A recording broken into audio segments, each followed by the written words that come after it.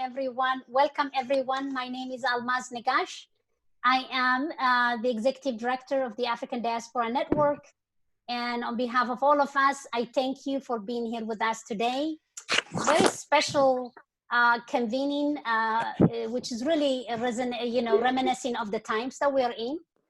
And you will have some amazing people speak about their expertise, their experience, and their wish and hope, and also really an action that we can take to make our community and the people that we are a part of to live in peace, in justice, equity, and equality.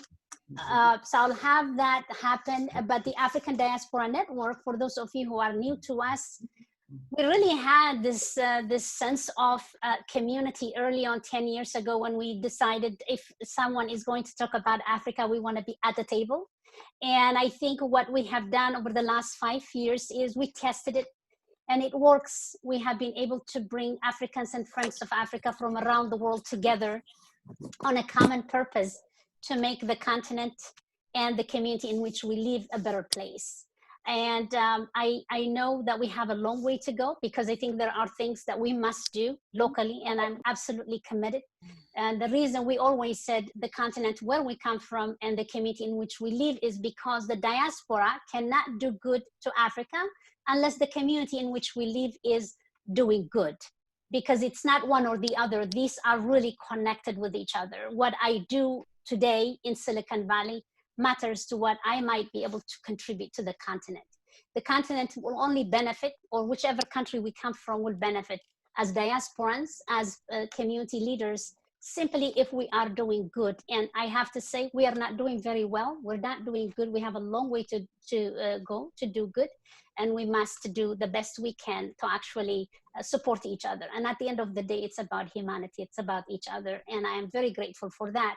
I also want to say, which is something I say all the time, and those of you who know me, they know this is what I say.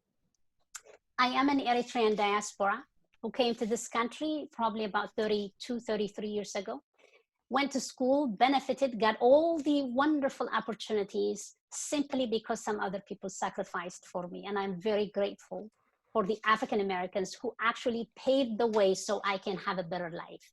And with that, I would like to introduce you to Innocent Shumba. I'll come back at the end because we have a very robust session.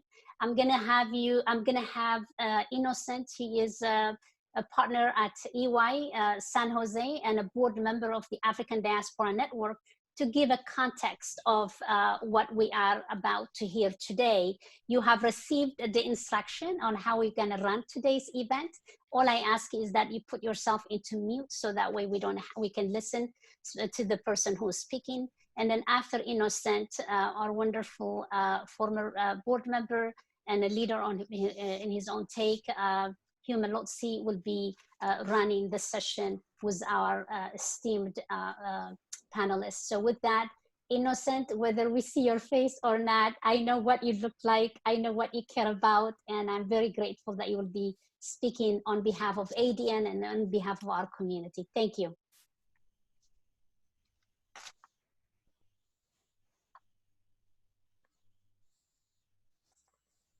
Is Innocent there? Maybe restarting. Yeah, he may be restarting. Oh, is he? Because he was having issues with his video. Okay.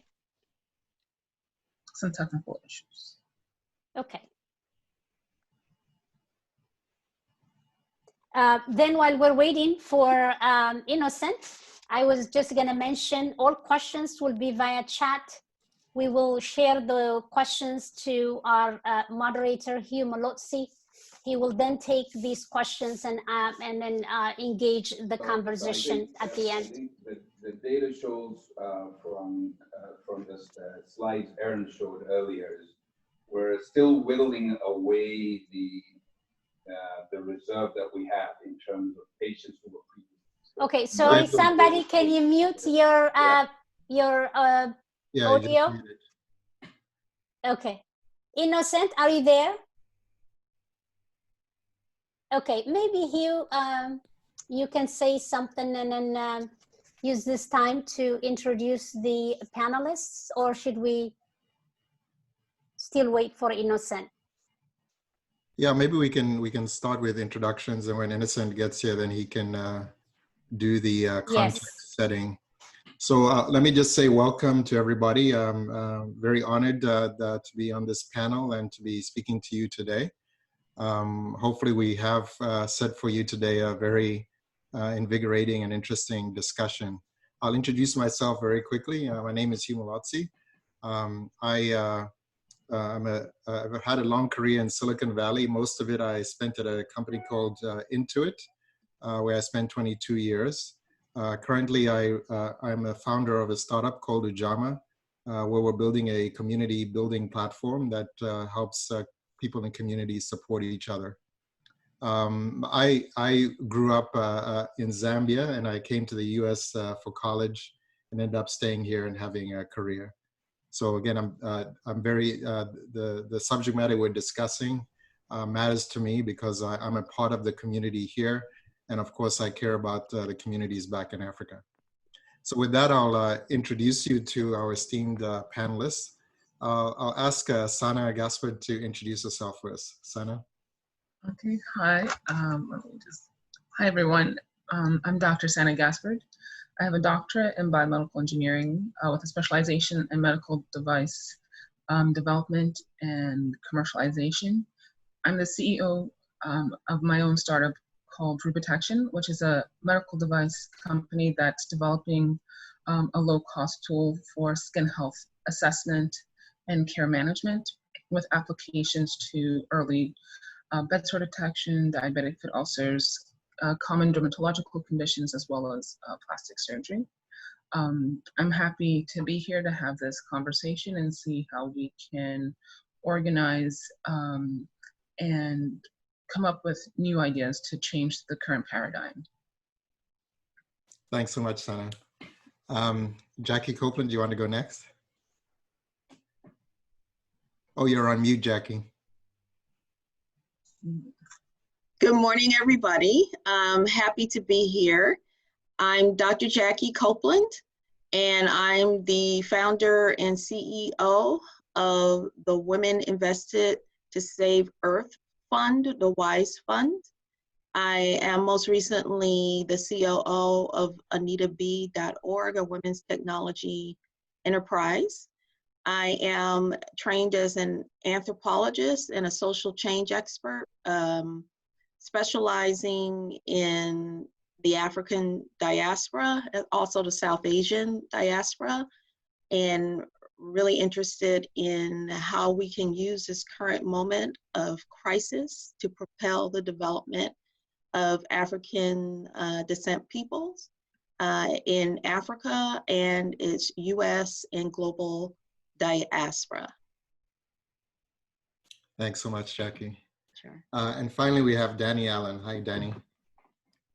I'm Danny Allen. I'm with SAP. I'm part of the Global Diversity and Inclusion Office, but my focus is diverse talent pipeline, diverse executive leadership, and the ecosystem building for Black and Brown communities. Okay, thanks, Danny. Innocent, are you with us?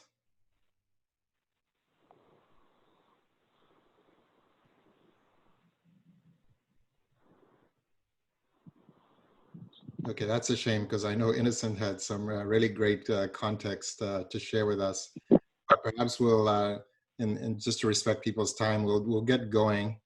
And what I'll just say is, just remind people what we're here to talk about.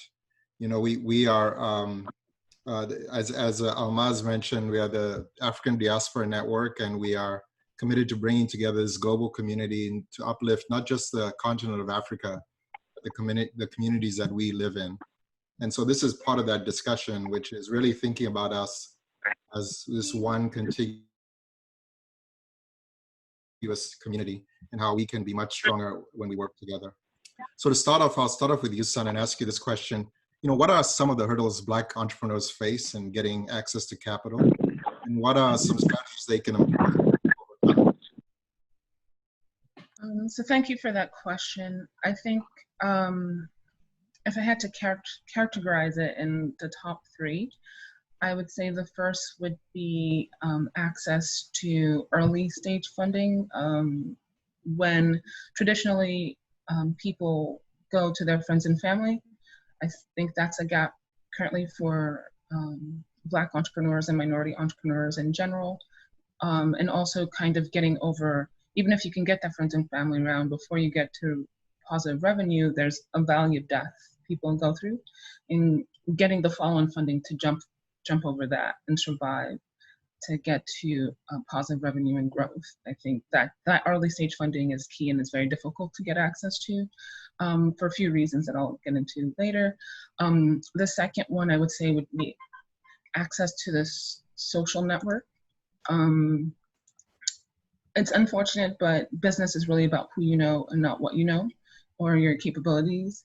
And as a startup, getting access to high-level people who can open doors for you, that can shorten the time frame, you know, for something that would take 6 months down to 2 or 3 months, can be very critical.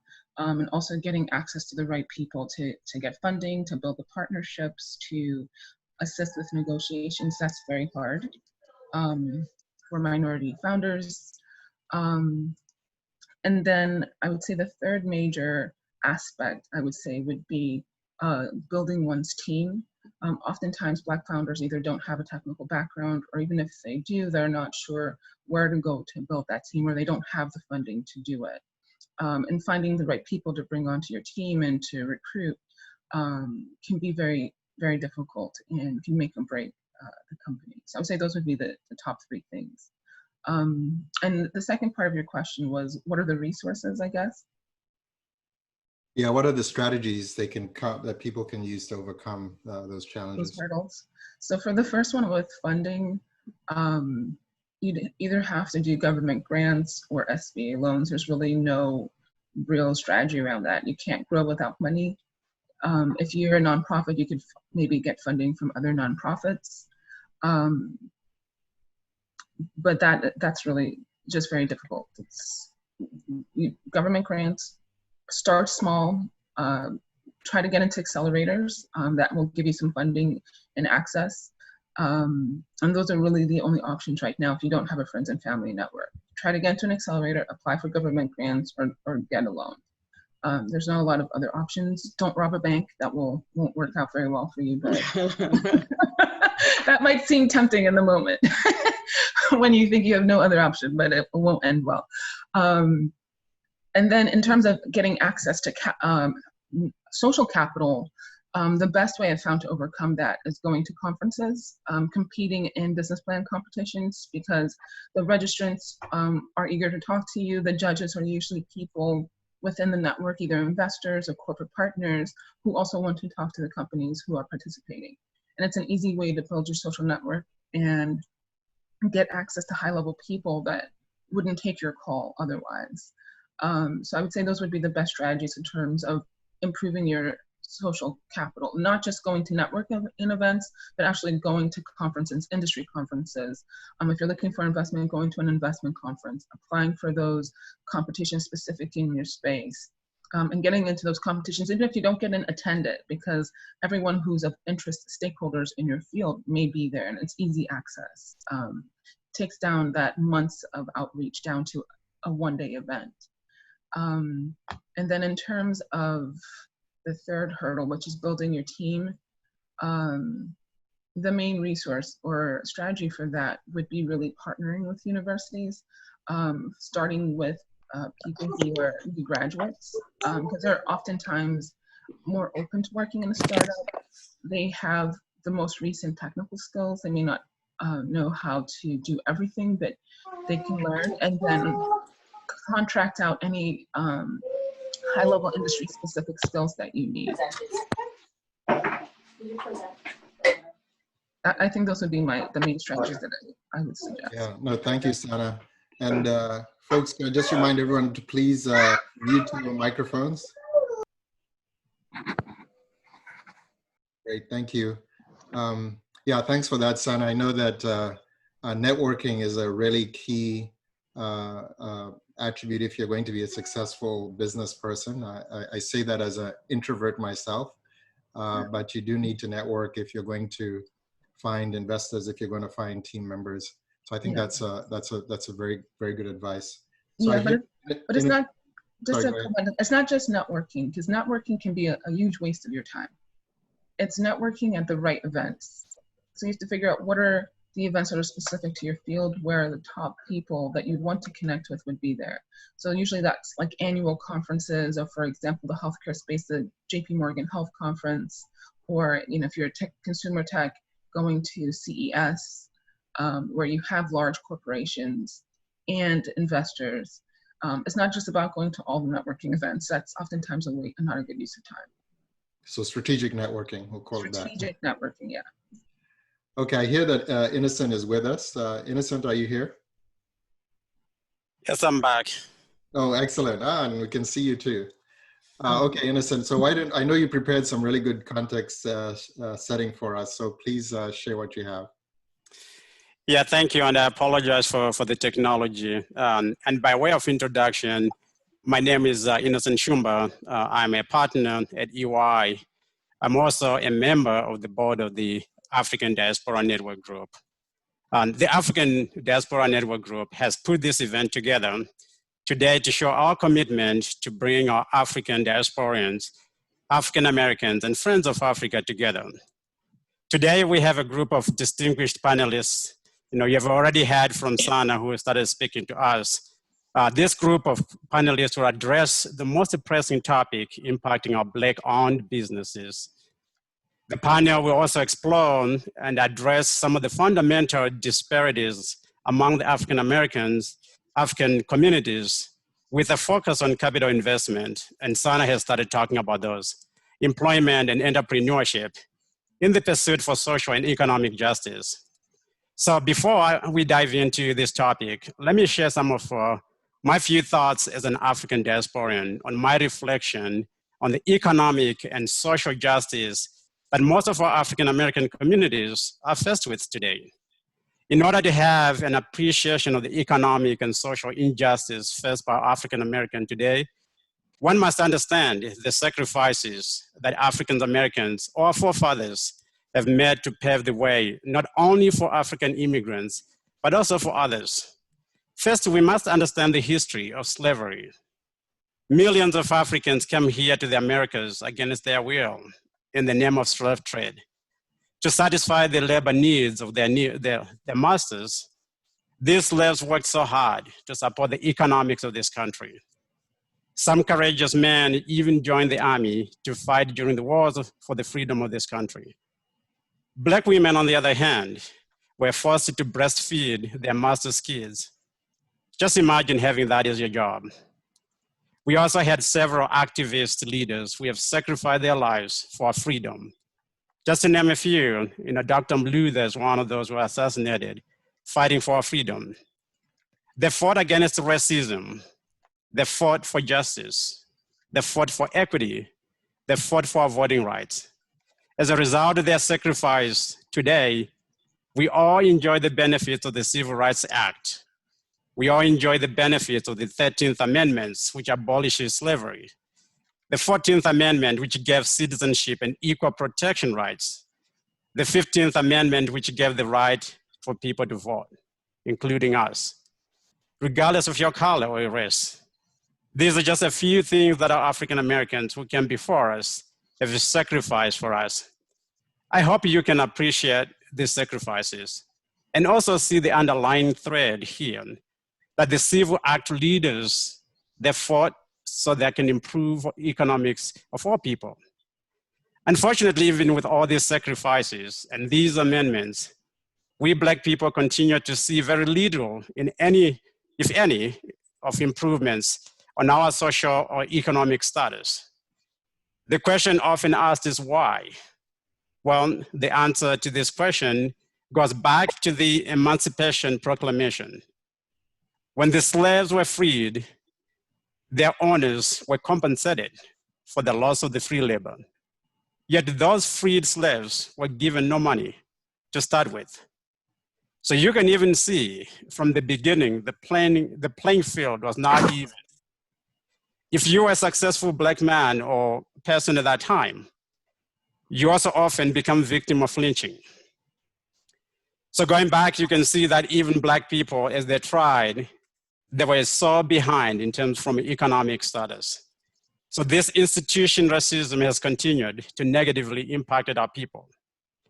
Black-owned businesses, if you look at it today, even in normal times, and Sanna was alluding to this, they're more exposed to financial issues. Our Black business-owned businesses don't carry enough reserves to help them to survive or weather the storm. We have seen this happening right now with the COVID-19. COVID-19 has significantly impacted many of our Black-owned businesses. If you look at the coronavirus death numbers, it shows that actually more Black people are dying in most every age group. And the factors could be, back and attributed to the occupation that Black people have, our healthcare insurances that we have, or even the communities we live. All those puts us in a disadvantage. Socially, as you look at today, the injustice have costed us, many of our fathers, husbands, sons, brothers, at the hands of those who were entrusted to protect us. The current events today somehow have created an awareness of how economically and socially Black people are disadvantaged, or the disparities that continues to exist between Blacks and whites. Our people are tired of just hearing words. It has been 400 years, and we have been talking, and yet no action. So in closing, my fellow friends, the time has come for us to walk the talk. To you all, we call so die-hard allies. We thank you for your support.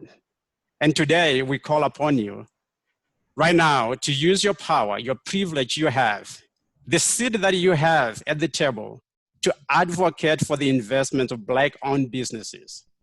Help us change the current public laws that continue to perpetuate the injustice we continue to see. I would say, can we all follow the example of Alexis Ohania, Serena's husband, who has resigned as a board member and have asked for a Black candidate to replace him. He asked himself if his daughter would ask him, Dad, what did you do? He needed to be in a position to say he has done something. Well, my friends, I ask the same question. A month from today, or a year from today, if I were to ask you a question, what did you do? How would you respond to that question? I leave you with this as something that maybe you could think of. Please join us, join ADN today, and let's seize this moment together, which has presented so many opportunities. There's a lot of Silicon Valley corporations who has put a lot of money to say they will help the Black business-owned businesses. For you venture capital investors, please, I urge you to invest into Black-owned businesses. Together, we can change the communities. Thank you. Thanks so much, Innocent, for those inspiring words. And that's a great context setting. So, I'm going to continue this theme. We were talking about strategic networking with Sanna. And Danny, I know you are as part of your work with SAP, you're involved in ecosystem building. So I was wondering if you could just talk about what that involves and what are some of the challenges you face there.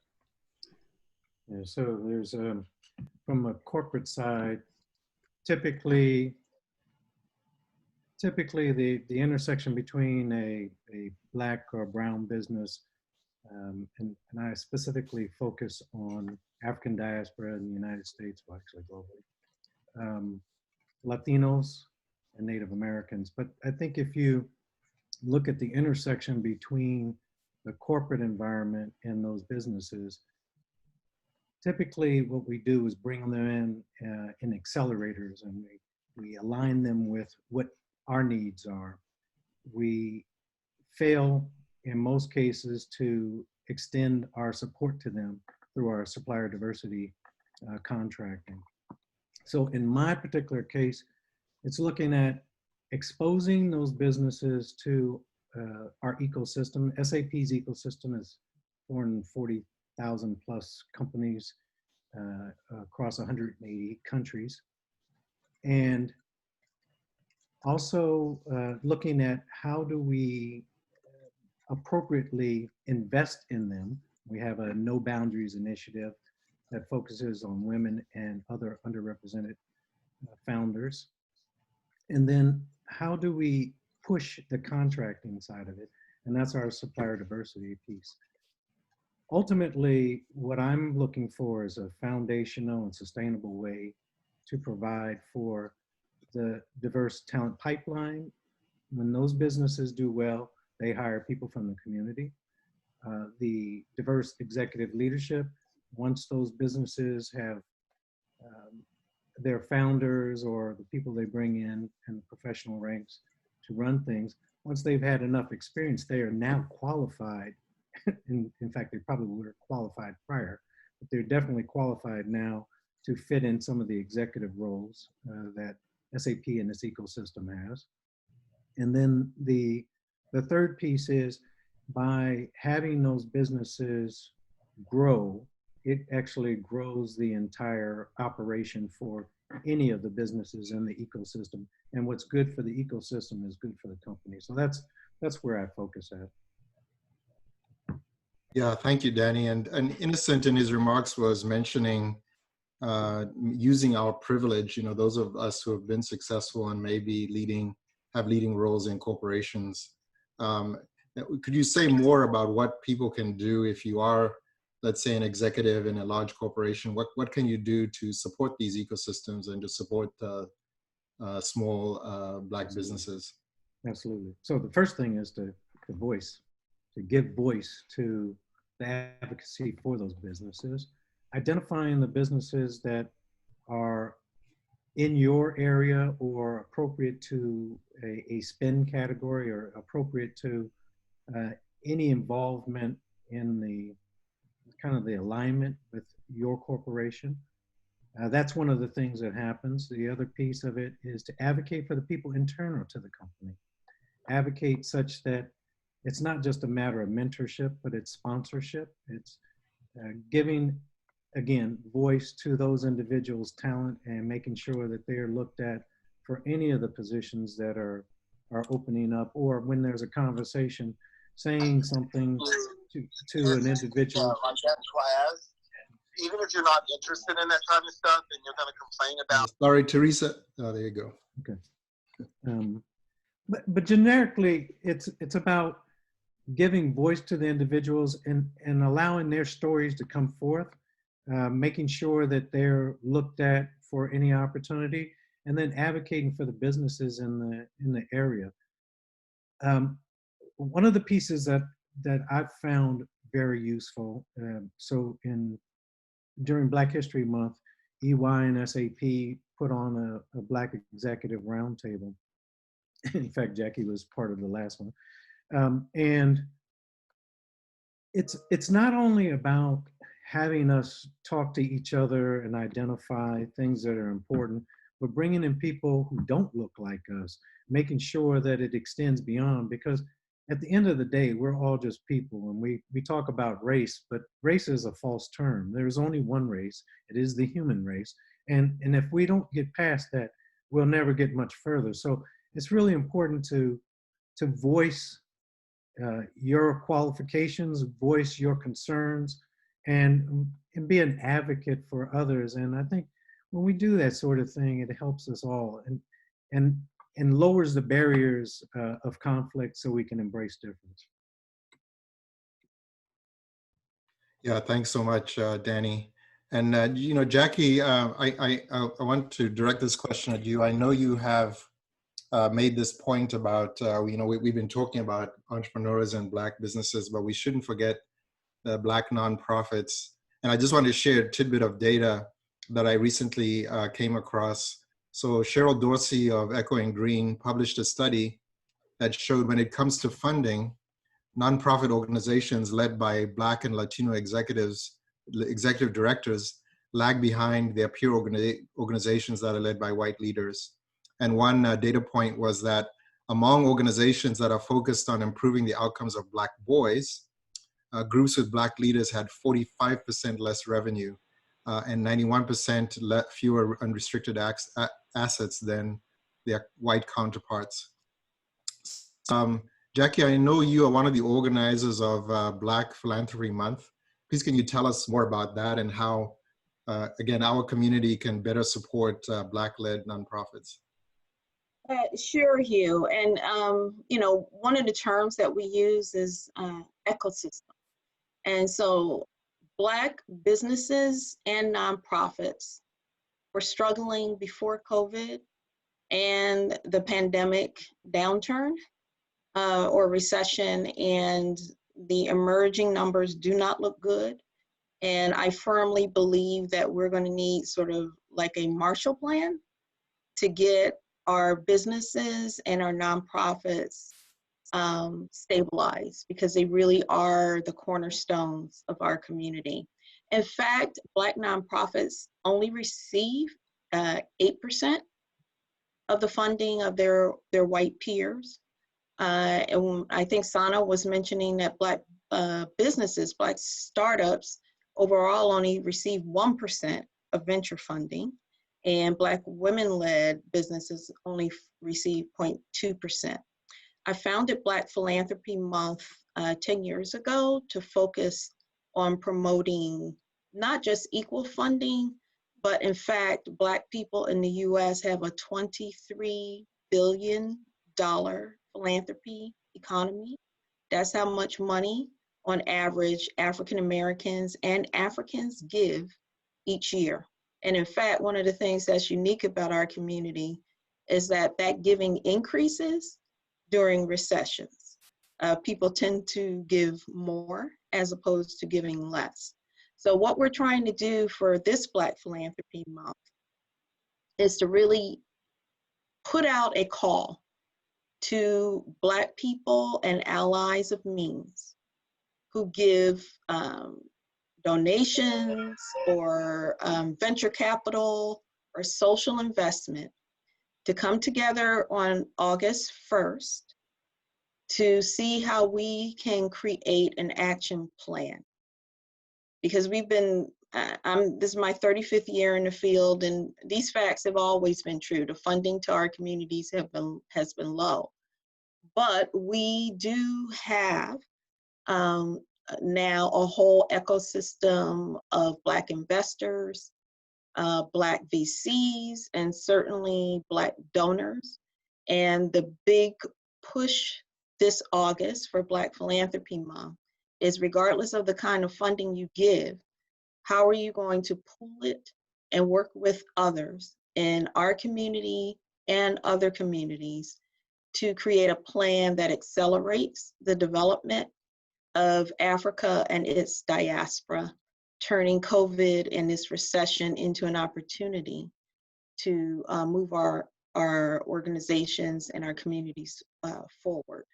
And so from that perspective, especially since we have corporations now interested in everybody from Apple to Target, now actually talking about racial justice and trying to provide funding for racial justice, I would say to not just look for philanthropy, but to look for business investment through VC and social impact investing as well, and also look to our own community for the time, the talent, the treasure, and the voice that we can put forth to propel our own development. So the Sannas of the world can come to a Black investment fund to get that early stage funding. And that's what I'm doing at the WISE Fund.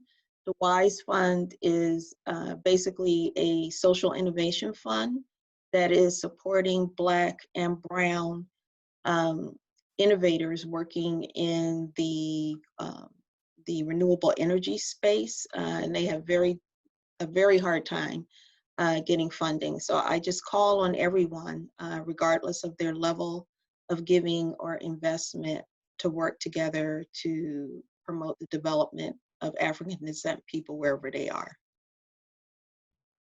Yeah, thanks so much, Jackie. And you mentioned racial justice. you know, given recent events, there's a much heightened awareness and with the recent protests and with the Black Lives Matter movement, wondering how we can channel that movement in a strategic way so that we can turn it into something that has an even bigger impact. So that's a question I'll ask to all three of you, so you can just jump in if you have ideas. Well, number one, I do think we have to recognize that in this phase is different, but we have been here before. And we have to be very, very careful to learn from the mistakes of the past and recognize that the window of time we have is not that large. If I can look at previous periods of history, and I'm a child of the 60s, and then there were affirmative action programs, there were backlashes against affirmative action, abuses. Some groups that were not the intended beneficiaries of these affirmative action programs benefited more than African Americans, frankly. And so we just really have to be very conscious of the fact that there is anti-Blackness in America. Actual policies and behaviors designed sometimes systemically and institutionally rooted in a longstanding history to inhibit the development and achievement of African Americans. And it is very important to not just look at money. Certainly money is a tool, but we really have to dismantle the white supremacist attitude that people with darker skin are fundamentally inferior. We have all kinds of euphemisms for it in business. We call it unconscious bias. So, and that is what prohibits, and is a pretty primitive sort of base concept. But I think that is one of the issues that prevents very talented Black people who on paper have certainly the same merits as their white peers from getting equal treatment and funding.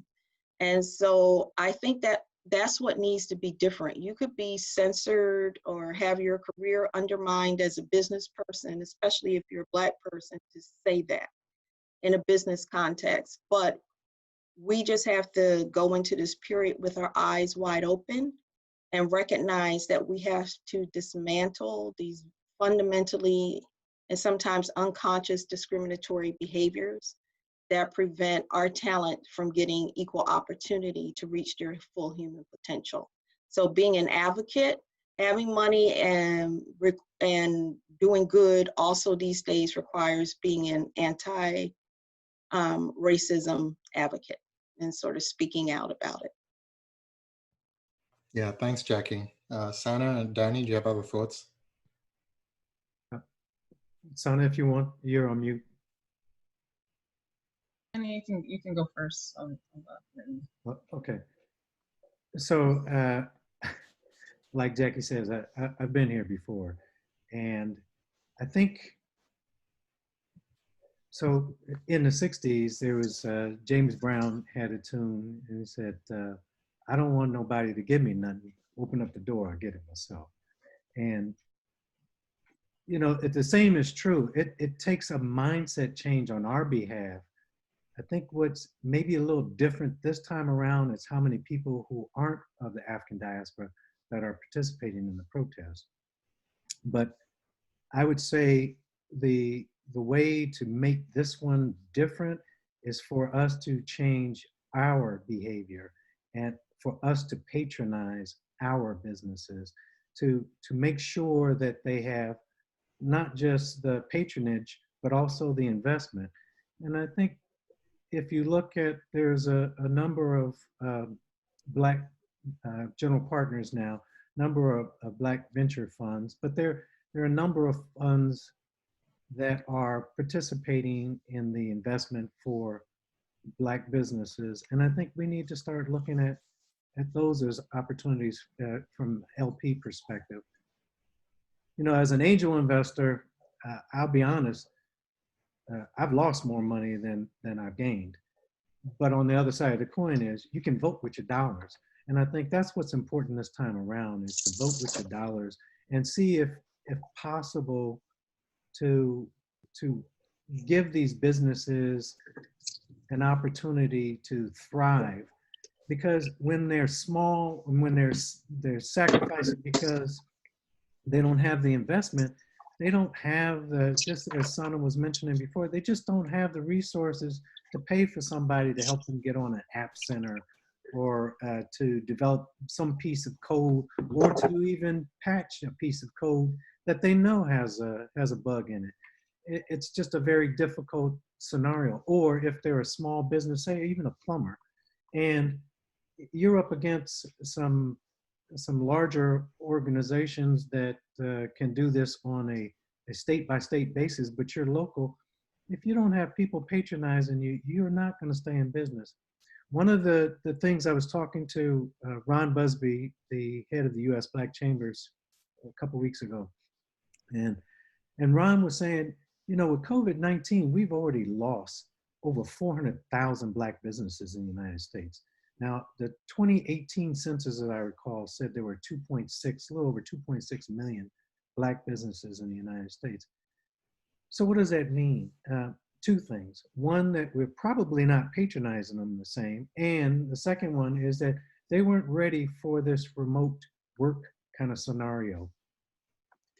We have a lot of talent.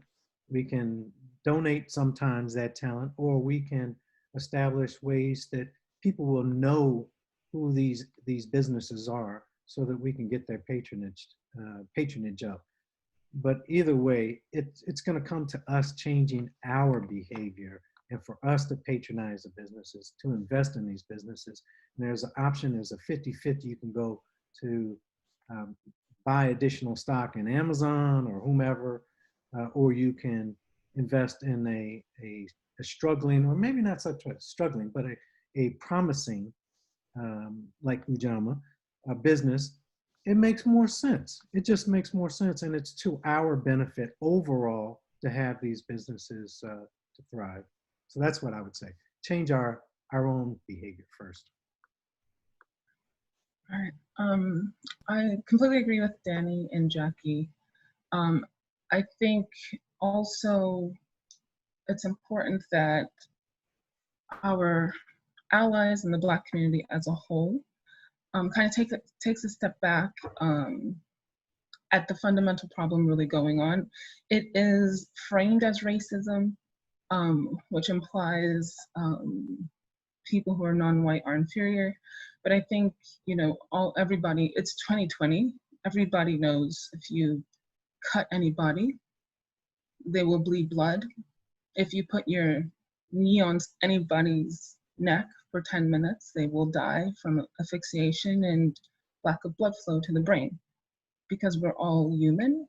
I think for us to really shift our thinking in terms of strategy, we have to understand more that racism is really driven by greed and by power. It's not really about race. Race is just the vehicle by which it's implemented so that it's sustainable long term. But the real goal is for the group implementing those oppressive policies is to maintain their power and maintain their economic dominance, because that also leads to power. So I think at first we need to recognize this is not an issue of race, but an issue of power and an issue of greed. Once we understand that, our strategies can then shift. In terms of power, as a minority group, we don't have a lot of power, so we have to create our own opportunities, which is where shopping, patronizing our own communities, stores, etc., comes into place, where we kind of generate those opportunities and feed our community. It's then also important that people who have been able to navigate the system, independent of if they are African American or a Black immigrant, participate in activities that allows them to reach back and educate, support, mentor people coming up behind them to teach them the path. Oftentimes what happens in the white community in reference to the transference of power and wealth is that, you know, white families who have accumulated power and wealth mentor their children from a young age. They will call their friend and say, I want you to give him an internship in your company. I want you to job shadow this person. And we don't really have that going on in the Black community, which is really essential to learning the soft and hard skills about how to navigate the system, and also leveraging your networks to get into places you wouldn't have gotten before. And for us, those of us who've been able to navigate that, whether it was purposefully or accidentally, need to reach back and understand this is not about race, it's about power. And they have the knowledge, they have the power. Once we figured that out, to equalize things, we need to share that with everybody else, right? Because it's not really about race. Everybody knows we're all the same. It's 2020, for God's sake. We're all dying from COVID. You know, no one's saying it's only happening here. It's happening to everyone because we're all human. And I think with that said, and acknowledging that it's really an issue of power and economic dominance, also related to power, that we need to start coagulating the resources we currently have so that they have a larger and wider impact. So that means instead of people who are interested in Black investment investing here and there, it's time to conglomerate and syndicate the same way white investors have done, where they come in on deals together, where the risk is now lower for everyone. But they can now target a wider base of startups and help the community at a wider level, as opposed to one-offs and having, you know, based on social relationships of who you know. It's basically time for us to coagulate the resources that we have and start disseminating information and access as a group, because understanding that it's a power play means we have to create our own opportunities. We have to put systems in place that allow us to slowly, for lack of a better word, get into the systems and have a transference of power back into our community. And that's not something, when you think about it as a power play, is not going to be given up easily. And so we need to strategize and come together and organize to be able to do that. And I think those of us who have some semblance of achievement or success as a starting point to start organizing that and reaching back, because we understand some of the rules of how to play the game. We understand the pitfalls that are in place for people of color and Black people. And all we have to do, the same as the white community, is teach that to the people coming behind us and the people trying to figure it out right now, and put systems in place that we provide the opportunities, and we're not asking everybody else to help us. Now we put things in place and then people can join if they want. Yeah, I really want to follow up on that particular theme. You know, one of the things that Jackie had said, you know, unconscious bias is a euphemism. I think we use it because using other words may shut down the conversation. One of the things I've said about unconscious bias, and this may be a provocative thing to say, is that maybe the most insidious thing about unconscious bias is the unconscious bias we have for our own community. So as we've talked about before, we may not have a lot of power, but we certainly have power as a community. You know, we command $1.3 trillion in buying power. And as Jackie has mentioned, $23 billion in philanthropic giving. So clearly there is a base there. And as Sanna, you were saying, how, you know, we could be supporting each other more. So what's getting in the way?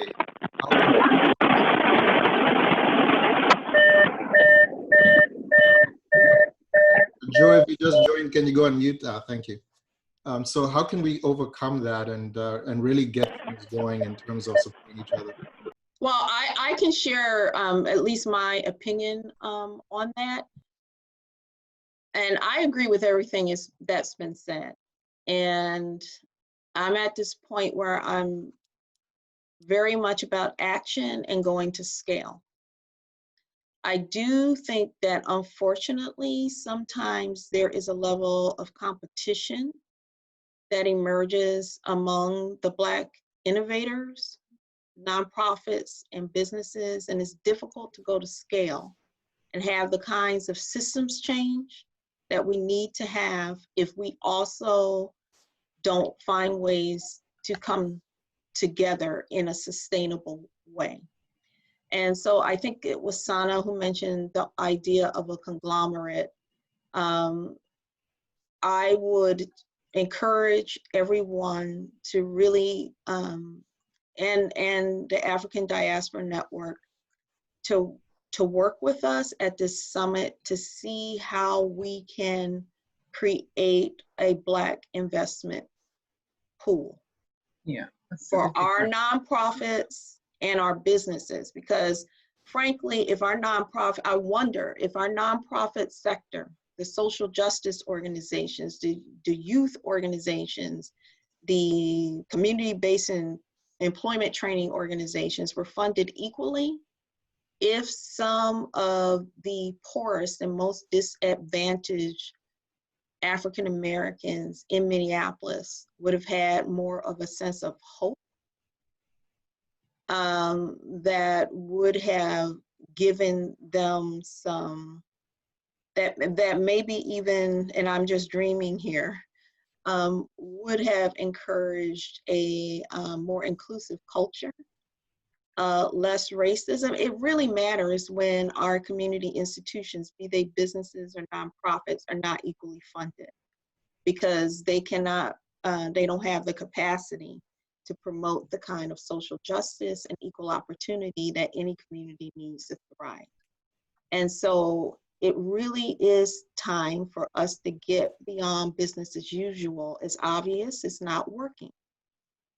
And regardless of what our boundaries are or our mission, to come together and say that we need a collective giving and investment mechanism, and even informational resources. I wonder how many people in this call have heard of Sanna's company, for example. And you should know about Sanna's company, and you should know about Ujama. You should know what the high potential Black businesses and nonprofits are in the US and elsewhere. So let's start with Black Philanthropy Month and say that whatever your investment style, community giving portfolio is, you're going to have at least 10 Black nonprofits and businesses that you and your family and your company invest in on a regular basis. Because if we don't do that, we will continue to go through this cyclical history where people feel the only way to get attention and equal opportunity is not just to protest. They don't feel a sense of ownership, and so they tear down the communities that are not supporting them, but are instead oppressing them. So we have the money.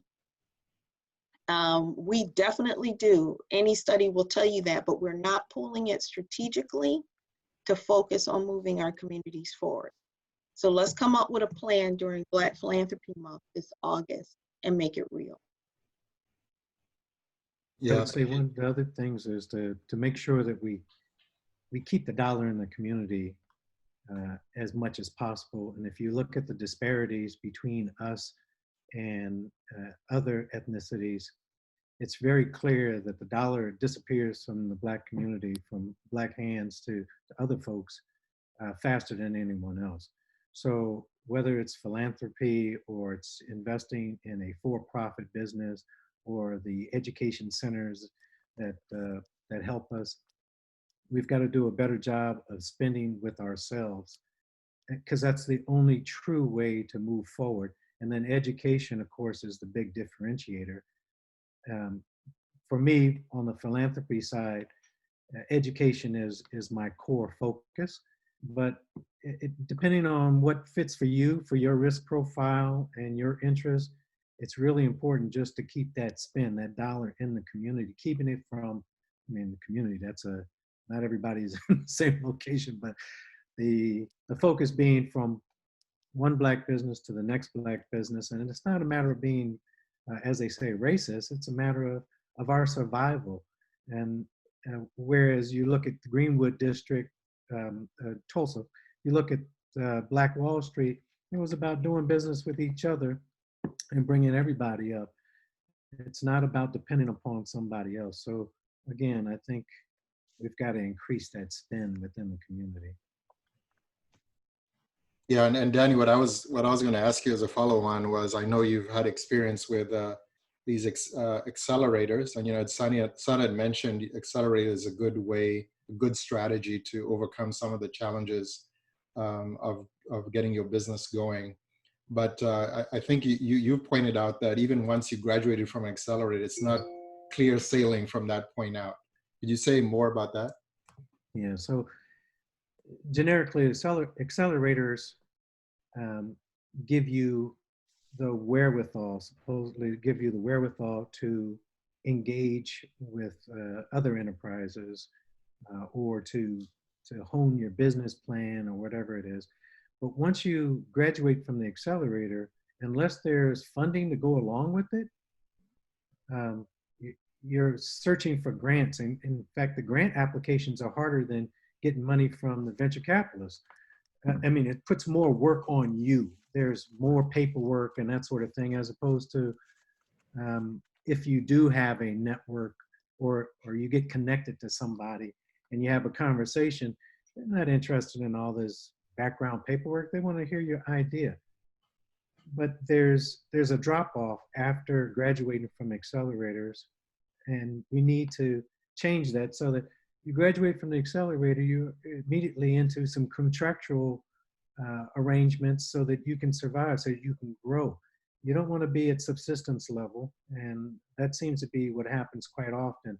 So graduating from the accelerator doesn't guarantee you anything.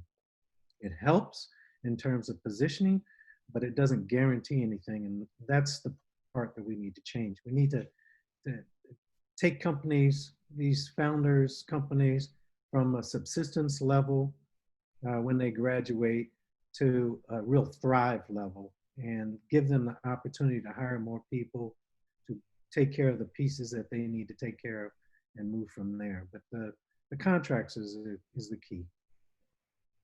Oh, yes. Let me say one other thing though, Hugh, because both Sanna and Jackie mentioned this. I think this is a good time for a Black business marketplace, something that is that you have to be certified to get into, because as Jackie said, there have been in the past, whether it's 8A or other programs, others coming in and taking advantage of those opportunities, and it no longer is for the people it was intended for.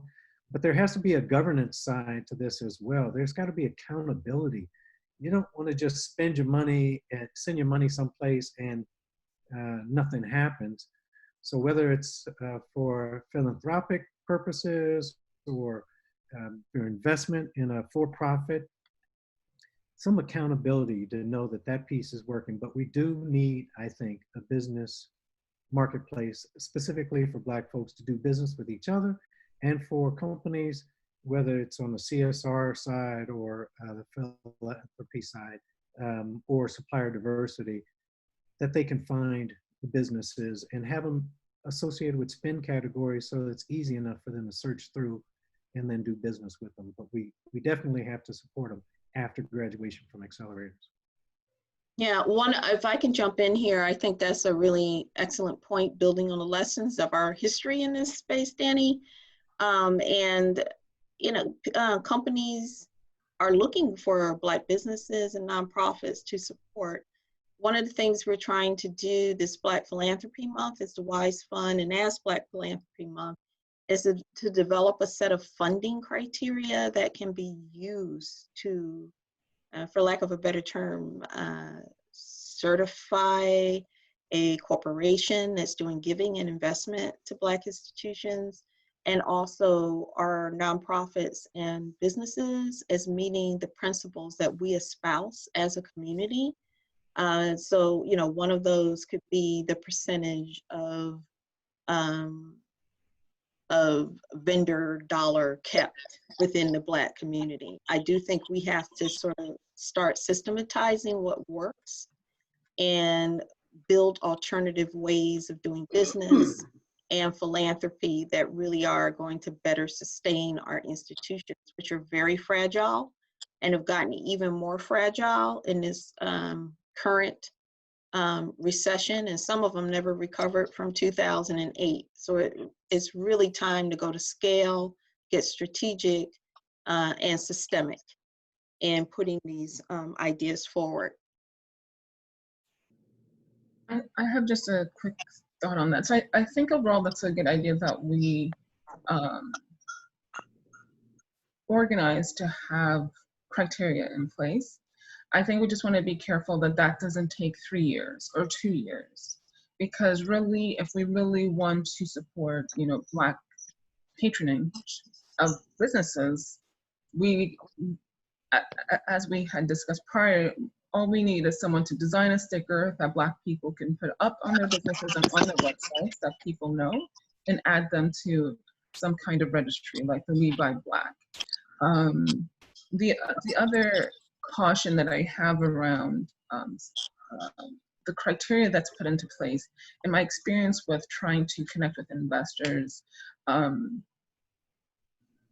engaging with African American investors and Black investors is more onerous than talking to white investors, because the criteria they put in place makes it more prohibitive to try to work with them than just go to a regular VC. And you can imagine what that really means when we're talking about all the disparities in funding Black businesses. That it's easier just to go to a place where I know I'm going to be disparaged than try to work with a Black investor, right? Because they have the requirements that they have seem to be based more on fear and a fear of failure than really supporting success, where though white investors may be apprehensive in general of Black founders, their investment thesis is based on an understanding that some will be lost and some will be a success. So I would really caution that when we put these restrictions in place, that they don't become so onerous that it's still easier for everybody else to just not do it. Yeah, it's kind of the interesting thing. Black VCs generally are in the tier 2, tier 3 levels. So say 35 million under management. And they tend to be they tend to be a little more risk adverse, I think is what you're getting at, Sanna, as opposed to if you have $2 to $4 billion under management, the crumbs from your table are much higher, and your risk tolerance on the $100,000, $200,000 investment level is much lower. So risk tolerance is much higher. Excuse me. So your risk is not the big thing there, and it still looks like crumbs on the table, but they can say they did the investment. So that's kind of what I'm seeing. Yeah, but and at the same time, there is a growing cadre of smaller funds like ours that are all about risk and are actually looking for the companies that aren't even ready for the big VCs yet, because they need somebody to take a chance with them on almost the earliest stage possible. So I do think our coming together for mutual education and just sharing that there is a place for the very early stage investor, and maybe that's mostly philanthropic funding, which is what it's going to be for us, is mostly grants, because we can't expect a return immediately. And so it's being called blended finance. How can you take philanthropy, social investment, and VC funding and mix it so that you can get at those up and coming businesses on the philanthropy side that may not be able to produce the financial returns yet that the VCs want. And so there's a conversation that foundations need to have about how they're going to empower the Black business sector. A lot of foundations will not fund businesses.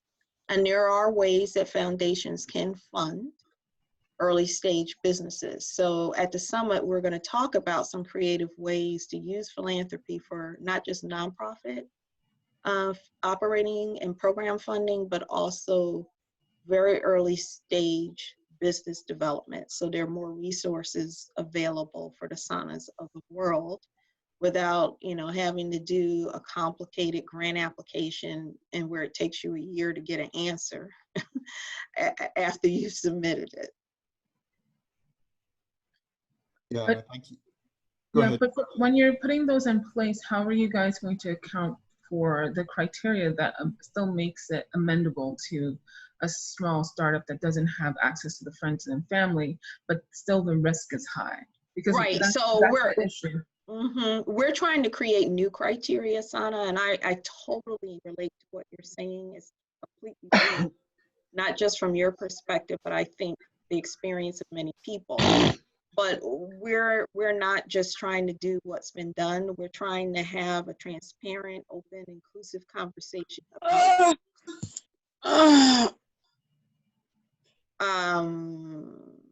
what needs to be done. Okay. Yes, what needs to be done differently to ensure that we have accessible funding, and there's this movement towards rapid response funding that has emerged out of the COVID period, very accessible applications and short turnarounds. And so there are some models in place, but what I'm talking about is not business as usual. It's about creating a new system that gets resources to our organizations quickly to start a Marshall Plan-like rebuilding process. Okay, and in the few minutes left, I just had one question, one big question for all of the panel. You know, our African American community includes recent immigrants, the contemporary diaspora, and then people who have been here for multiple generations, the traditional diaspora. How can these groups better support each other? Do you have thoughts on that?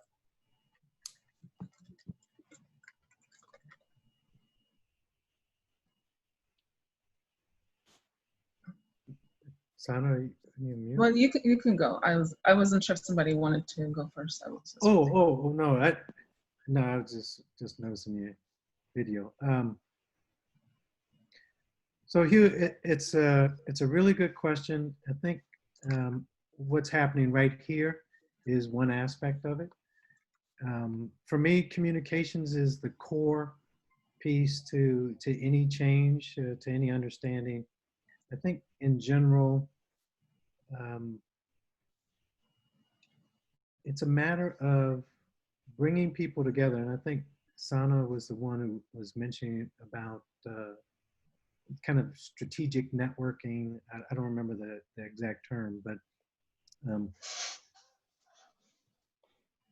in a smaller setting, in some cases, being able to bring companies that are, or individuals, in fact, that are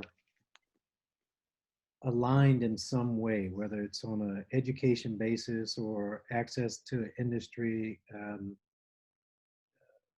I'll pick on Innocent here. We do a monthly executive chat kind of, it's not really just executives, but it's a Black executive chat kind of thing, or almost like a happy hour. Actually, was much more like a happy hour, but now a little more conversation. And it has people from lots of different countries, all Black folks, lots of different countries, lots of different places in the United States. And I think our ability to lower the veil of difference is critical there. And I think just having the conversations, being able to see that we're all in this together, that we're all the same, that we have the same desires, we want to take care of our families, you know, all those things I think is the important piece. Because again, first we have to get past our own internal biases. There's a great program on right now, I think it's on OWN, called Black Girls too, but Black Girls. and talking about colorism. And I think those pieces are things that affect us. I mean, you've got to look at slavery did a lot of things to us here in North America and in Brazil and other places. And then there's perceptions. There are perceptions that we have of each other.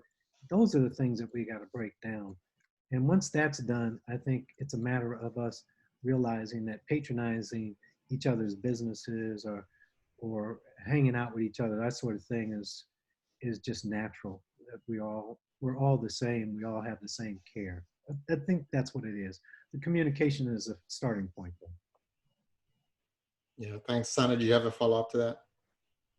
Yes. So a few thoughts on this.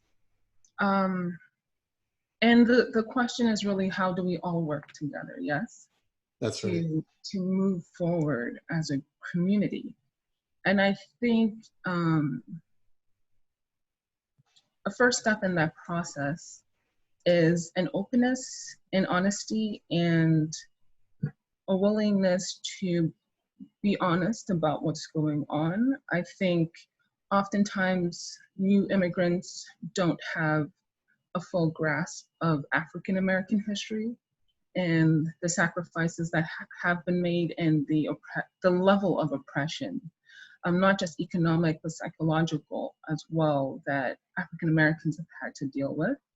And oftentimes they lack the empathy needed to be supportive and play a supportive role in the community to, if they are in a place of success, to reach back. And I think that oftentimes African Americans, because they've been in the situation for so long, are not always open to engaging Black immigrants, either because they feel like we're looking down on them, which is the case sometimes, and we just need to be honest with that because we don't understand all the things that they have gone through and the sacrifices that they have made and their struggles that they have dealt with and are currently dealing with. And I think we need to have that conversation first before we can really work as a community. And having that level of honesty will then almost make it free for people. When I say free, I don't mean an economical way, but in an emotional way for Black immigrants who are successful and Black people who are successful in general to reach back and help people who are not as successful. And for those people who want to achieve that level of success to be open to accepting that. Without having that, we are working against each other, we're working in competition, and it doesn't make sense. And at the end of the day, when we say, when we had this discussion in our pre-meeting, to this topic, Jackie said, in a general sense, African Americans are as talented and capable as Black immigrants, which I agree with. We all came from the same place. When we left there in slavery, we had the same capability and talents as when they brought us to America versus African immigrants who are coming now. You're leaving the same place with the same talent and the same abilities. The difference is just the experience. And when we say we don't need to teach African Americans anything, they just need an opportunity. The question I ask back to that is, where is that opportunity going to come from? You're waiting for the white community to give you that opportunity when Black immigrants who've come here, and because they don't have the same level, have not experienced the same level of oppression, can figure out how to navigate the system and can reach back and provide a way, not necessarily teach, but help in the navigation. And that's not accepted because the attitude is we don't need to learn anything. We can't move forward with that attitude on both sides. We're all capable. We all came from the same place. We all came from the same country. At the end of the day, we are all have the same capabilities and potential talents, but one side is not open to reaching out and the other side is not open to accepting, in however you want to categorize it. And at the end of the day, we need to be the ones generating our own opportunities and giving it to people in our community, right? That's the whole concept behind patroning our own community, our own businesses. But I don't think that we should do it in a way where it's only the successful Black people, which on average, statistically, are Black immigrants are the ones providing and African Americans are the ones consuming. We need to do it in a way that it's the education that's needed to navigate is taught broadly, that the whole community can rise together, right? But we need to have a real conversation to be able to get there, because there are tensions on both sides. Yeah, thank you, Sanna. Yeah. And I'll just, oh, sorry, Jackie. Go ahead, Jackie, sorry.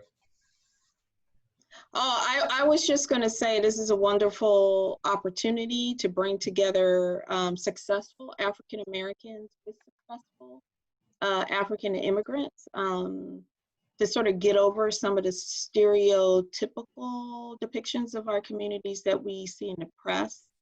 You know, for 40 years of my career is why I became an anthropologist focusing on Black economic history in Africa and in its diaspora. Today we need to build on the long-standing tradition of Black self-help in America. We're talking Black banks, we're talking Black Wall Street, we're talking about people on this call.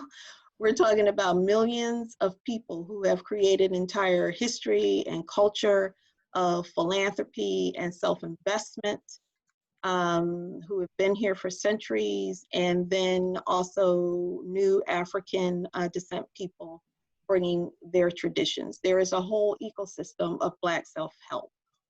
And I have found in creating institutions and movements that if you can identify shared interest and create mechanisms where people can pool their ideas and talent that get over the sort of us versus them that sometimes the media depicts, you can scale Black innovation, you can scale Black self-help.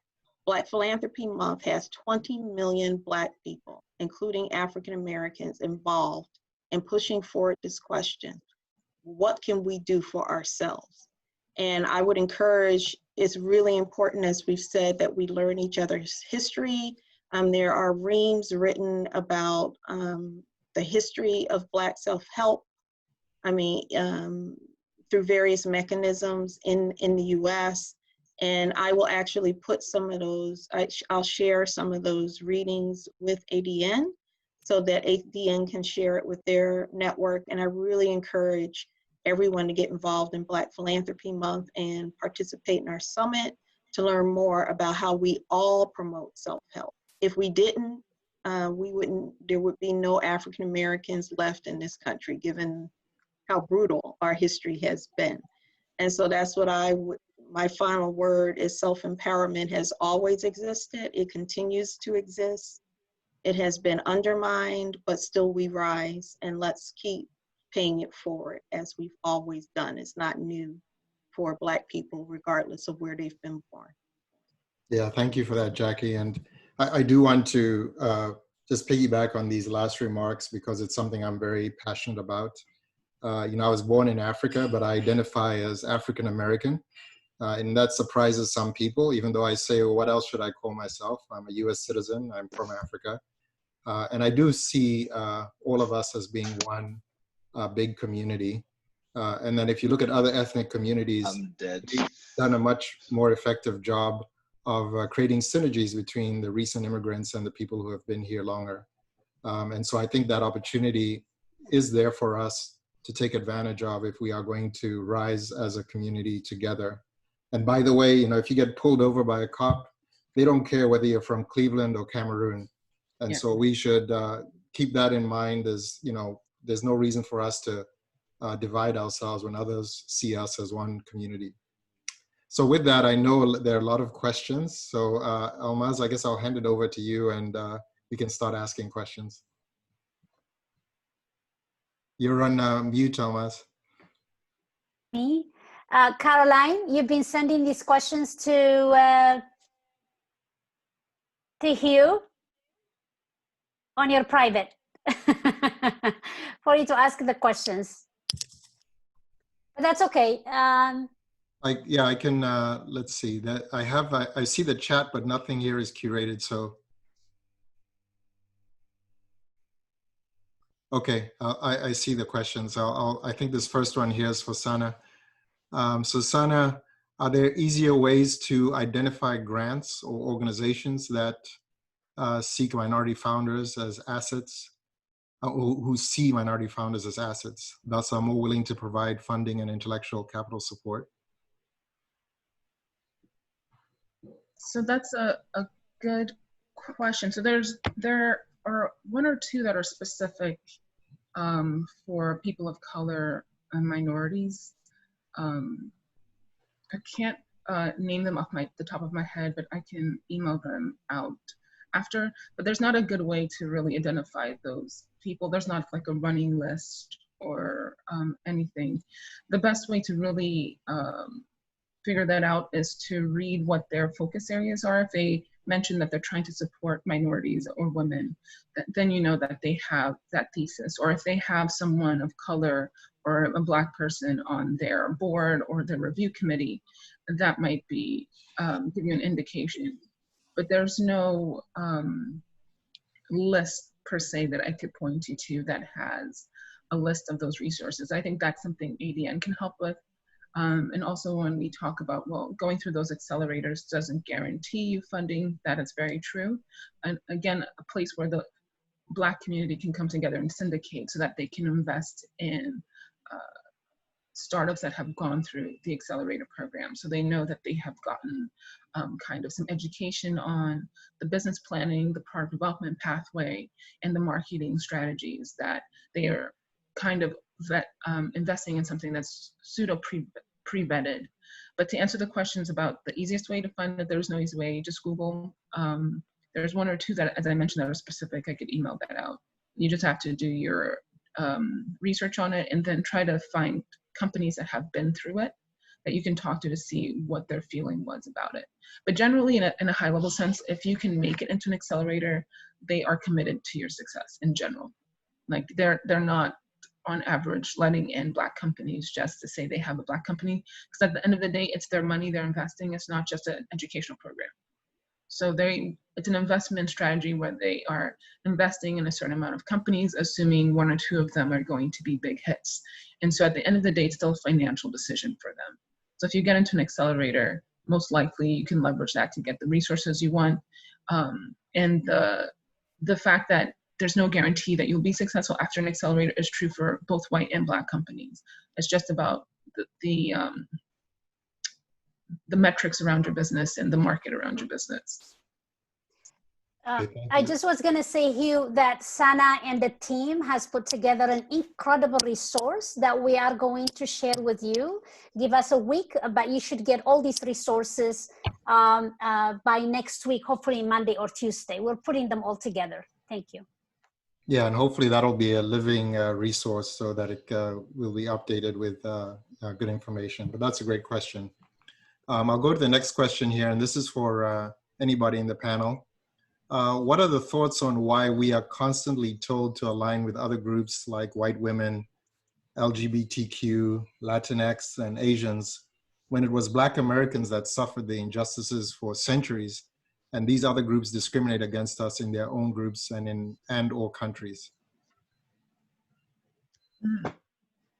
Anybody want to take that? Could you repeat the question?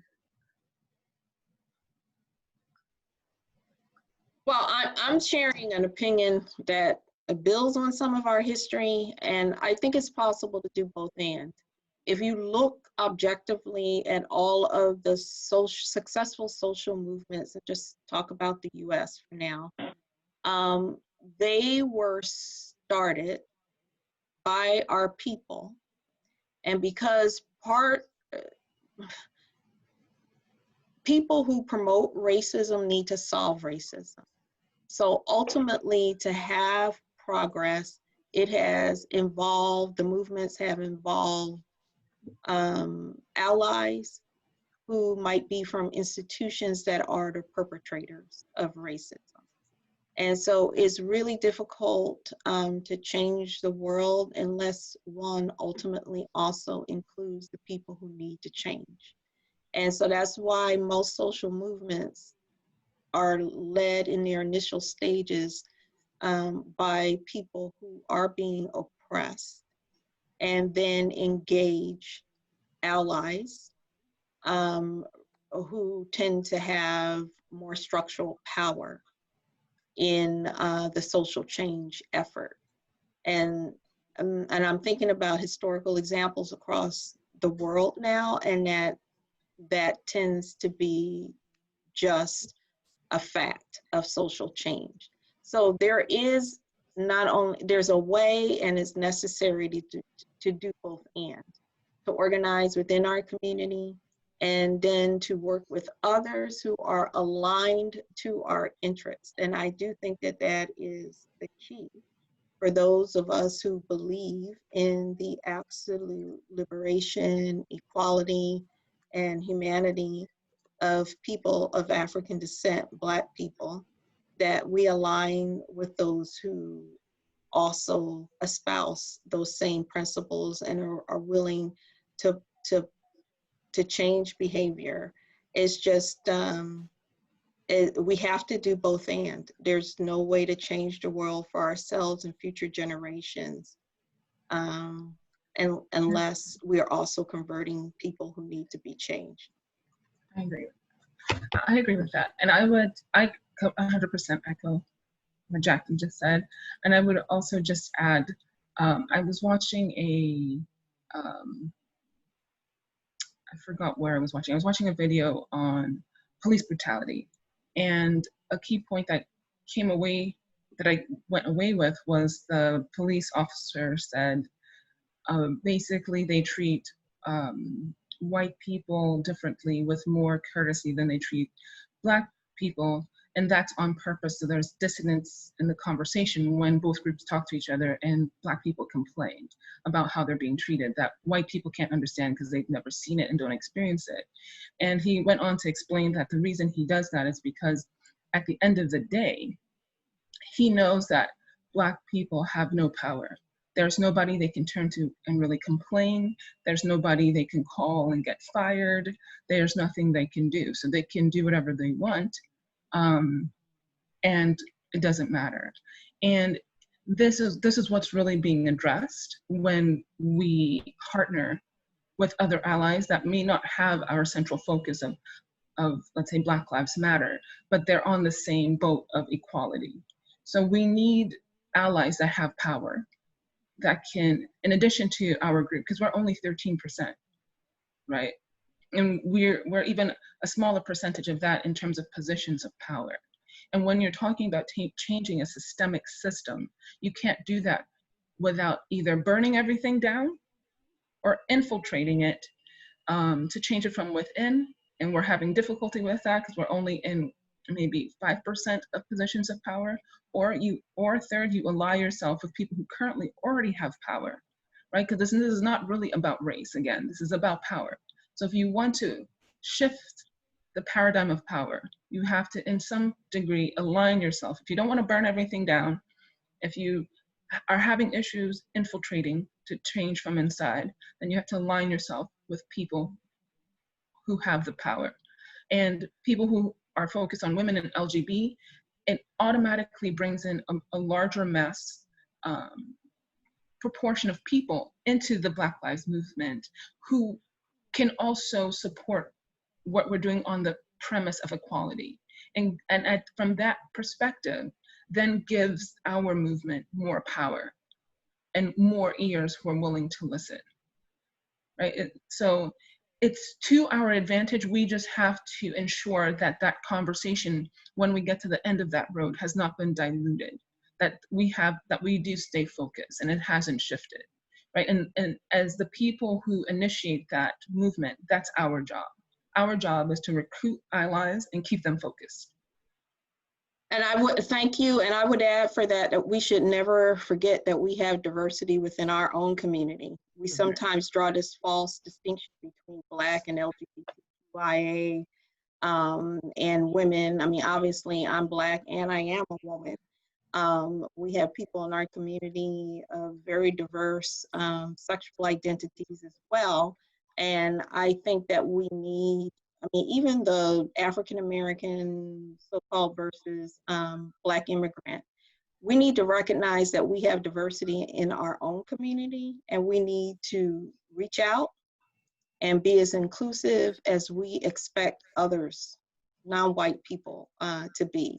So it's not, I mean, you can be Black and take on all of these other identities. We know we do. We have people like that in our family. So I would just caution against drawing those strict distinctions. Okay, thank you. Thank you for those answers. Danny, I know you addressed this a little bit on chat, but there was a question from Muriel asking basically, how do you mentor executives who Black executives who have some power in how they can support this community without being seen as applying favoritism? Yeah,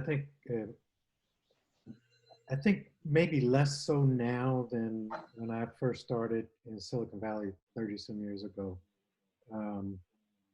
The issue is fear of being seen as being biased in one direction. And it's the same exact scenario as being fearful as a Black manager, male or female, of hiring somebody that's Black, putting them in a position of power within your team.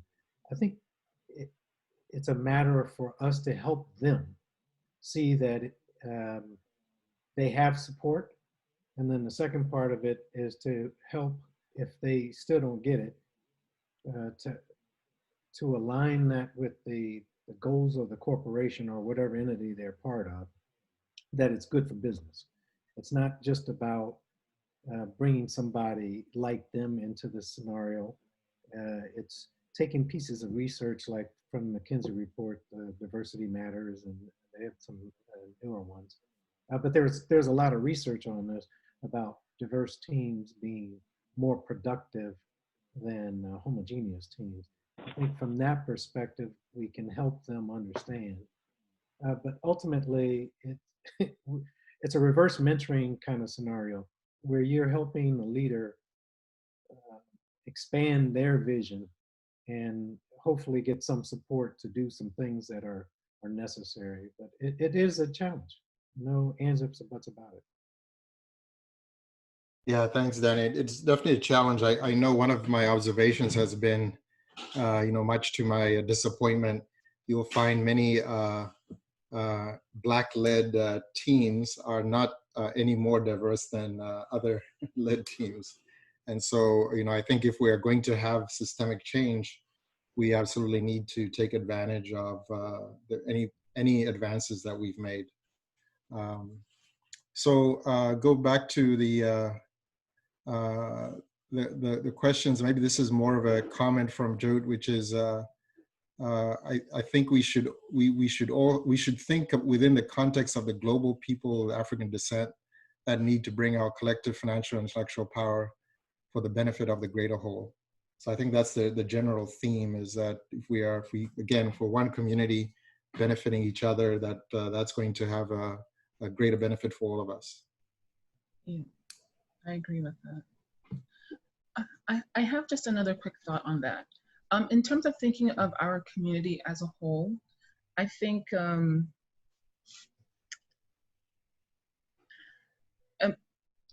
perception of Black people around the world is from the frame of slavery, traditionally.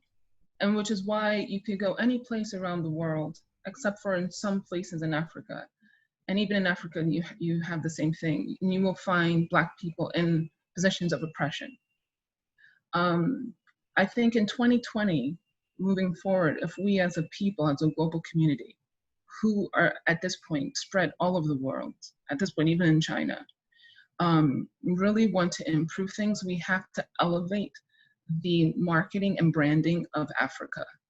because people use the current branding and marketing of Africa as a place of inherent disparity and a lack of prosperity and a lack of innovation, indirectly to continue their oppressive perceptions of Black people in their local communities, in almost to justify, well, you know, if kind of you guys were so great and so smart, you know, Africa in general would be doing better.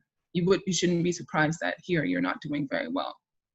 And people are thinking this without saying this, which is sometimes goes back to the fundamental theory when people say, well, what have Black people done? What have we really done? How have we really contributed? And that is a marketing and branding problem with the whole country of Africa. You don't hear about the great kings and queens of Africa. You don't hear that the first global billionaire or millionaire was out of Africa and all the Europeans were trying to come there and get a loan and get resources. You don't hear about that in the news. People around the world don't know that. And that's fundamentally part of the problem, perpetuating the oppression of Black people as a whole globally. That we can't point to anything in Africa that we can say, and not that it doesn't exist. Remember I said it's a marketing and branding problem. That there's nothing in Africa we can point to and say, look, this is hugely successful. You know, there's a huge Silicon Valley in Africa. There's a huge tech hub in Africa. There's a huge Black people are producing on a large scale, that if you see this disparity in your country, it's not because it's inherent to Black people, but because your policies are oppressive, right? And I feel like as the African diaspora, that, and through ADN and communities based out of Africa, that is a huge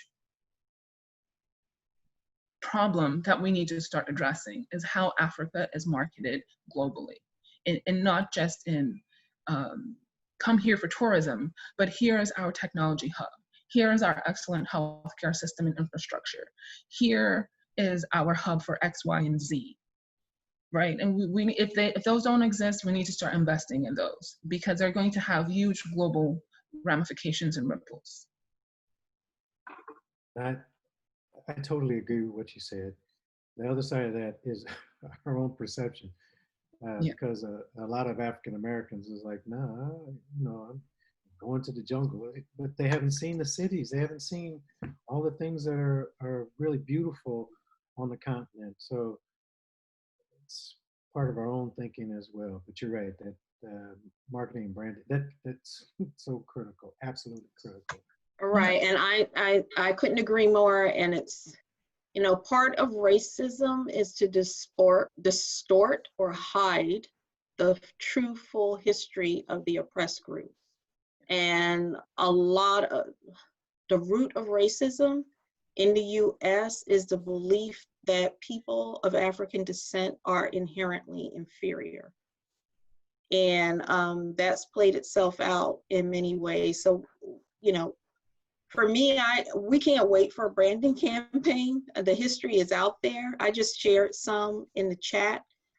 There are initiatives being put forth by all kinds of organizations to highlight innovation in Africa, innovation and self-help among African Americans.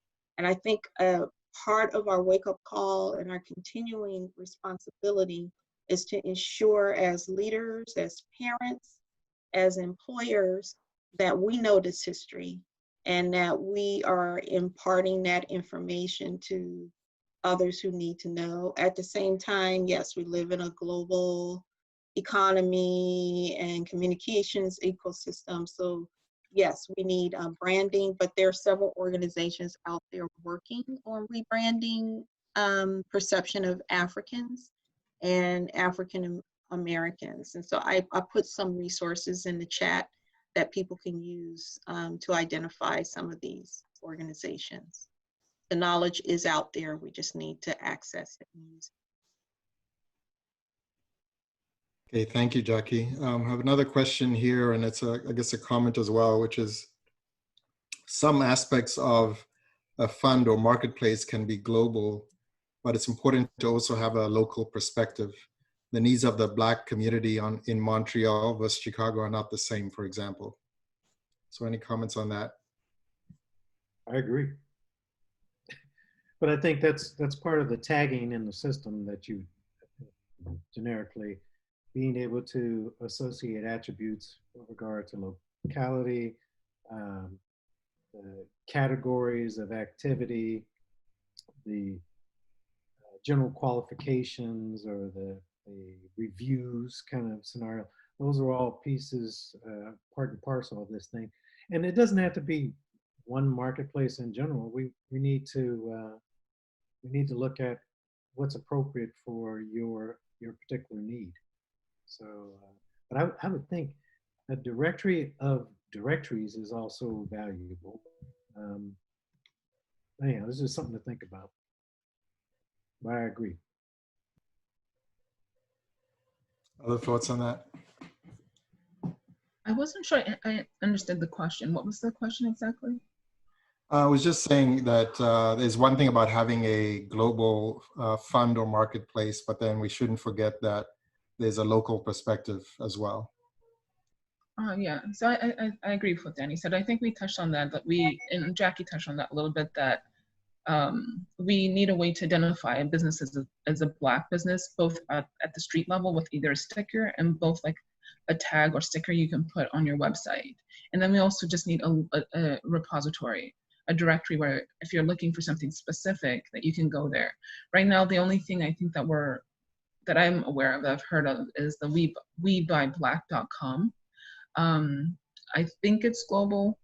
It looks global at first glance, but we should try to have one central place for that as opposed to having it regional.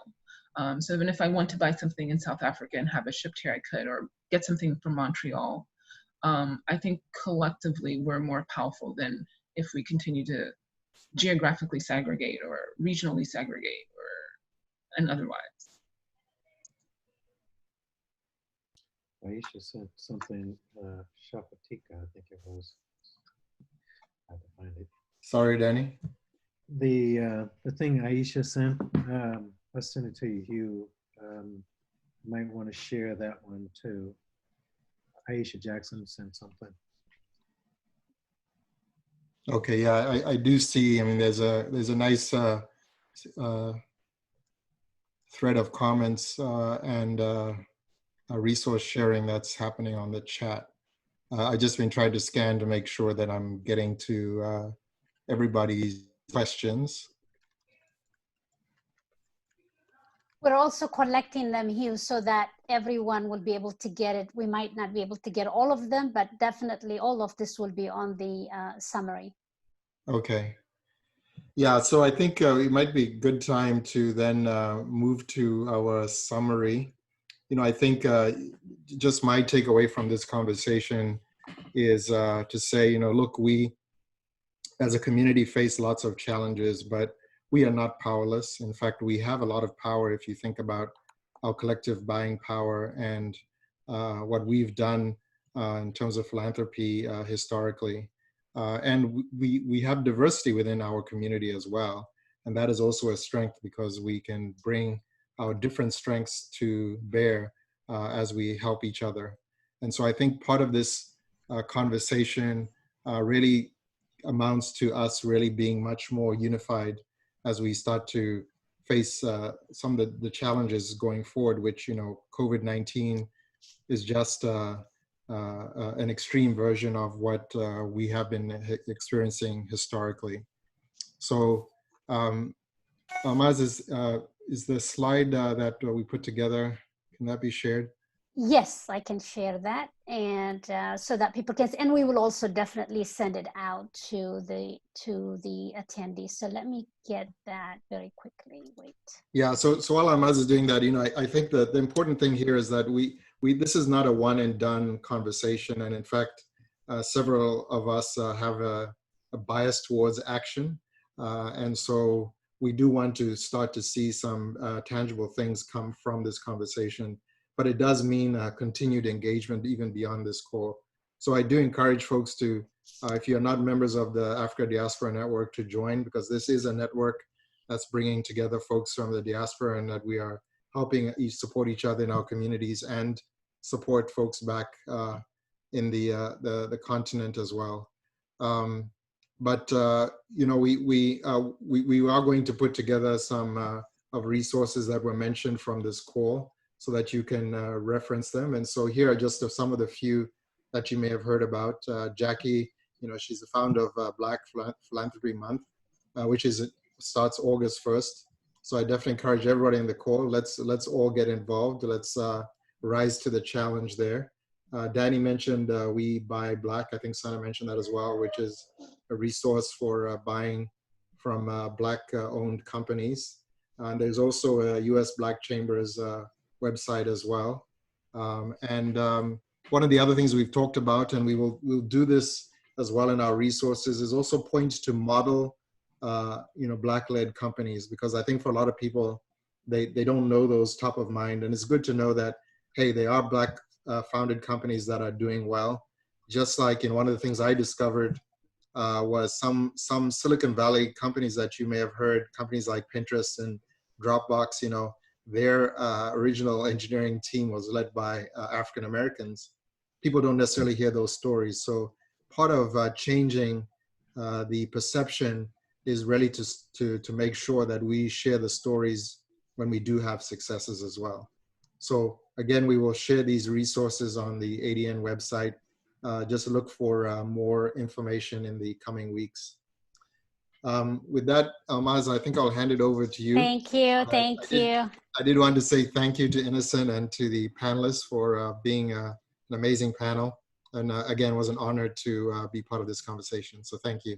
Thank you, Hugh. Thank you, everyone. I want to thank Danny, Hugh, Sanna, Jackie. I just want to say to the community that if you've joined us the first time, these are people who are a part of the ADN. They are not just participants, and Innocent is our board member. So was Hugh, but they're also investors in what we do. And so I've heard what Jackie was talking about. She knows this from experience. She is a funder of ADN, and what she does matters. Sanna, I am so happy to have you with us, probably your first time.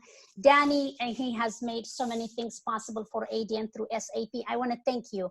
These are not people who are talking, actually they do what they're saying. And so that makes a big difference. It's not about what we say, it's, I think at the end of the day, it is what do we do. So I think my takeaway from this discussion, besides what Hugh took over, is how human we are, how one family we are.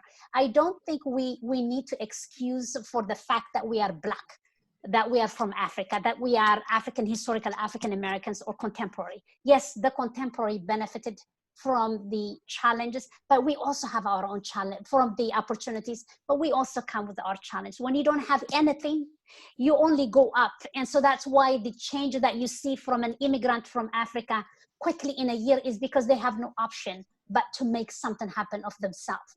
The other thing I always share with people is that we come with no generational wealth. We absolutely come with nothing. Most of us who came from the continent came with the hope and the faith that things will work out. And so that in itself has been a motivation for us to work so hard to make something of ourselves. And so if that is the case, that means me as an African and benefiting of the suffering of African Americans and bringing people together under one umbrella, the African Diaspora Network. I think we are going to do something together. And that tells me that our friends, which we always call Friends of Africa, these are our communities. I've been going to some of the demonstration, and what I've seen is hope to me. I've never seen anything like this, that the 13, 14 years old, we call them, I guess, the Generation Z, the new generation. I have a son who fits that. He is also someone who's going to be looked as just any African. He will never be called, oh, an Eritrean immigrant to Africa. No way. He is actually as Black as they come. And that is a pride, an incredible pride. It's also responsibility. And I think what we need to do is take responsibility for each other, be available, be at the table. Nothing ever happens unless we are at the table. We cannot demand change unless we are at the table really speaking about what is it that we need and how do we make it happen. We need to be part of a solution. We cannot just be angry. I am angry all the time sometimes. And then I'm asking myself, how am I going to channel this anger to make something out of it? So it does anger me to see what I see. But the question is, how do we channel this anger to make a difference in our community. What I like to leave you with is this. None of us have the answer for what we're trying to do. Collectively, though, we have this incredible power that we could use for the greater good of our community, whether here in the United States and around the world in other places, but also the continent where we come. In terms of changing the narrative of Africa, I am very proud of what we have done at African Diaspora Network over the last 5 years, if not 10 years, 5 years. We actually brought the Silicon Valley community to see the African community as a co-partner and co-investor and a partner of the things that they do, and they're invited to be at their meeting and this, and that I think is the beginning. We have to build the relationship, we have to build trust in order to make change happen.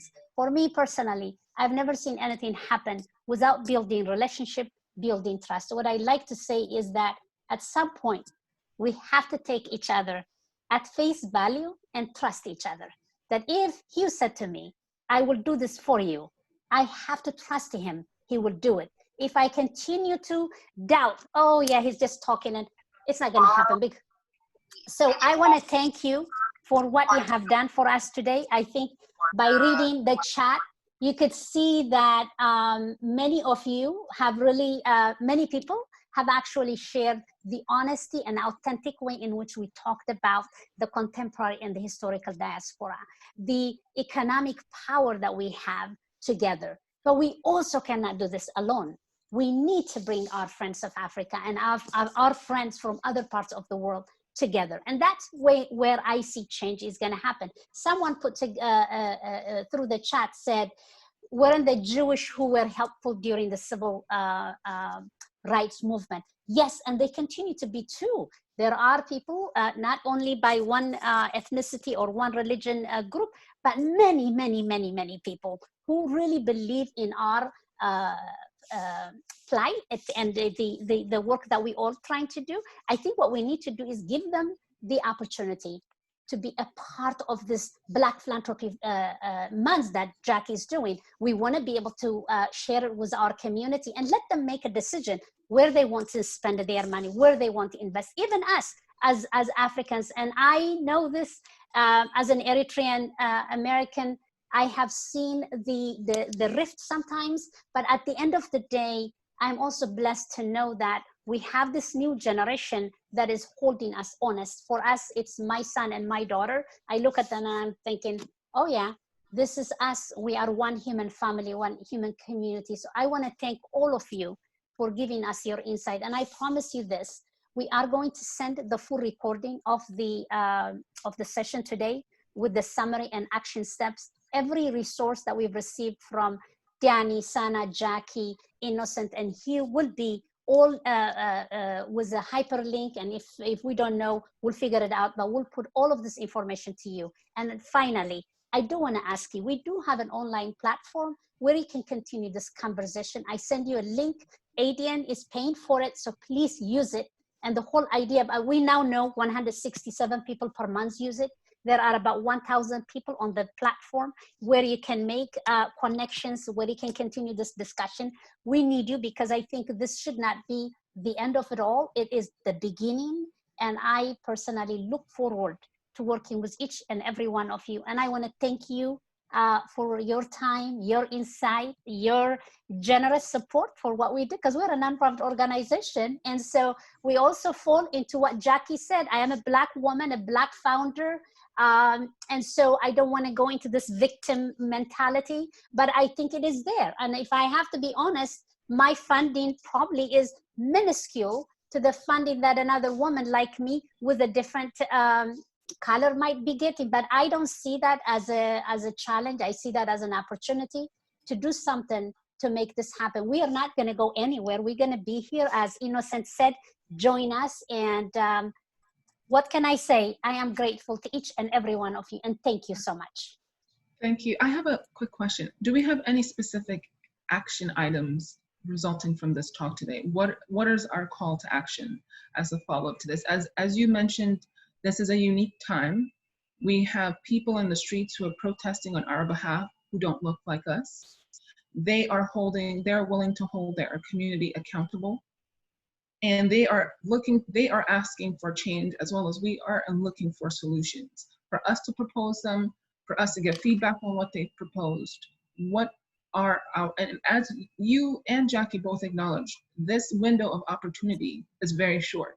We can't expect that it's going to be lasting a year or months at a time, right? Unless another Black person dies on video, which we don't want. So what is our real action items calls from this meeting?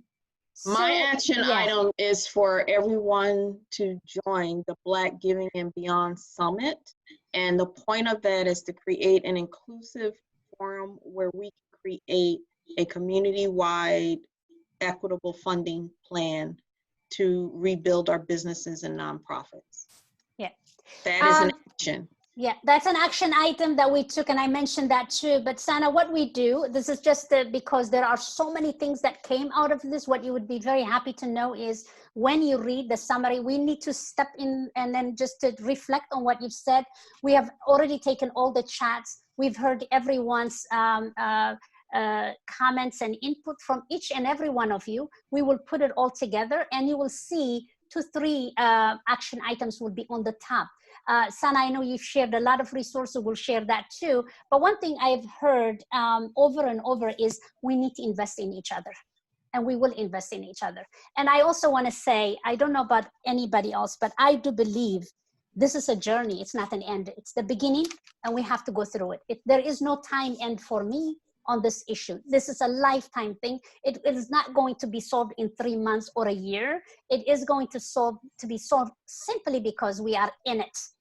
And we are aware that we are going to make this workable. Moving on, it's not going to be one time. And that's why this running a nonprofit organization like ADN is very difficult, very hard to do. Not many people can sustain it, but it's a must that we continue, because you cannot just start a conversation today and end it, expect it to end in 3 months. We are going to find ways to do what you said, Sanna, find and identify Black-owned businesses and invest in them. We're going to share these resources on our website on an ongoing basis, so people can go and research, make a decision on their own. But you will see that we will come up with 3 or 4 next steps and action steps that people can take. I will also share them with you before we share it with everyone, so that if we have missed anything, you will have an opportunity to comment to it. I hope that helps. Yeah. Thank you, everyone. I know it's 10 o'clock, a little bit 2 minutes past 10. I want to thank you for your time, everyone on the call, and our speakers especially. Thank you so much. Thank you, everybody. Thank you. Bye-bye. Thank you. Bye-bye. Thanks. Thank you.